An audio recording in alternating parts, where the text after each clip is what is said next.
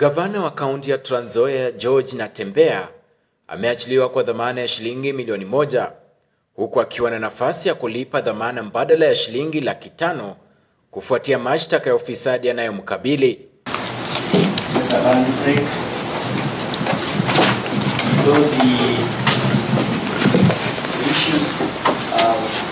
Hakimu mkuu wa mahakama ya ufisadi jijini Nairobi Charles Ondiek alimwachilia gavana huyo kwa masharti, ikiwa ni kupigwa marufuku ya kuingia ofisini kwake kwa kipindi cha siku 60.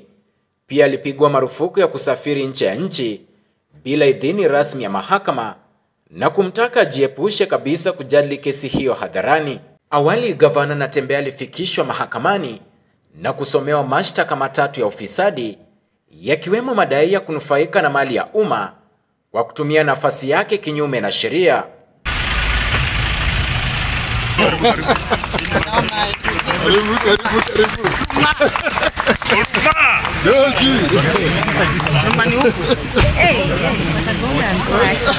Upande wa mashtaka unadai kuwa gavana George Natembeya alipokea shilingi milioni 1.1 kutoka kwa Mercy Chelangat, mkurugenzi wa kampuni ya Lima Agroscience Limited na mmiliki wa Maria Stores, ambazo zilikuwa zikifanya biashara na serikali ya kaunti ya Trans Nzoia. Katika shtaka la pili, gavana Natembeya anashtakiwa kwa kupokea shilingi milioni 2.1 kutoka kwa Emmanuel Wafula Masungo, ambaye ni mmiliki halisi wa kampuni ya Eastern Winds Limited iliyokuwa ikifanya biashara na kaunti hiyo. Aidha, Natembeya anakabiliwa na shtaka la ziada la kupokea shilingi milioni 3.2 kutoka kwa Mercy Chelangat, ikiwa ni sehemu ya fedha zilizolipwa kwa kampuni zake na serikali ya kaunti ya Trans Nzoia kufuatia biashara kati yao.